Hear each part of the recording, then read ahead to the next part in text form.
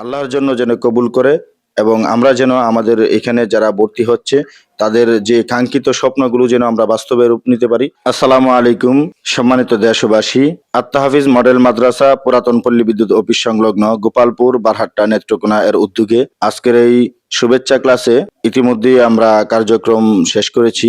আমাদের এই আত্মাহাফিজ মডেল মাদ্রাসা আমরা 2025 সালের শিক্ষা কার্যক্রম শেষ করে 26 সালে পদার্পণ করেছি। আমরা 26 সালের কার্যক্রম আনুষ্ঠানিকভাবে শুরু করেছি। তো আমাদের বিগত একটি বছর আমাদের শিক্ষা কার্যক্রম কিরকম হয়েছে, আমাদের ছাত্রীরা তাদের থেকে কি নিয়েছে এবং আমাদের গার্ডিয়ানরা তাদের ছাত্রছাত্রীদেরকে এই আত্মাহাফিজ মডেল মাদ্রাসায় একটি বছর পড়িয়ে তারা কি সাফল্য পেয়েছে সেই নিয়ে আপনাদের সম্মুখে অল্প সময়ের মধ্যেই সংক্ষিপ্ত অনুভূতি পেশ করবেন অত্র মাদ্রাসার 2025 সালের নার্সারির ছাত্রী মুসাম্মাদ ফাতেমা আক্তারের সম্মানিত পিতা অভিভাবক জনাব মোহাম্মদ ইসরাফিল স্যারকে স্যারের সংক্ষিপ্ত অনুভূতি পেশ করার জন্য আহ্বান করব। আসসালামু আলাইকুম ওয়া রাহমাতুল্লাহ।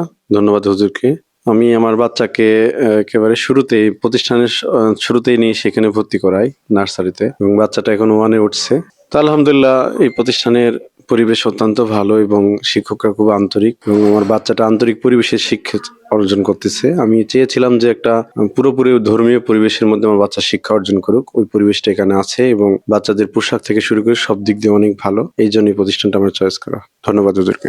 ধন্যবাদ স্যারকে সংক্ষিপ্ত সময়ের মধ্যে ওনার অনুভূতি পেশ করেছেন। আসলে এই 2026 সালে আমরা যে কার্যক্রম শুরু করেছি, আমরা দেশবাসী সহ সকলের কাছেই দোয়া চাই যেন আল্লাহ তাআলা আমাদের এই প্রতিষ্ঠানটিকে দ্বীনের জন্য আল্লাহর জন্য যেন কবুল করে এবং আমরা যেন আমাদের এখানে যারা ভর্তি হচ্ছে তাদের যে কাঙ্ক্ষিত স্বপ্নগুলো যেন আমরা বাস্তবে রূপ নিতে পারি সেই তৌফিক চাই। আল্লাহ তাআলার কাছে যেন আল্লাহ তাআলা তৌফিক দান করেন এবং দেশবাসীর কাছে দোয়া চেয়ে আমাদের বক্তব্য এখানে শেষ করছি। আসসালামু আলাইকুম।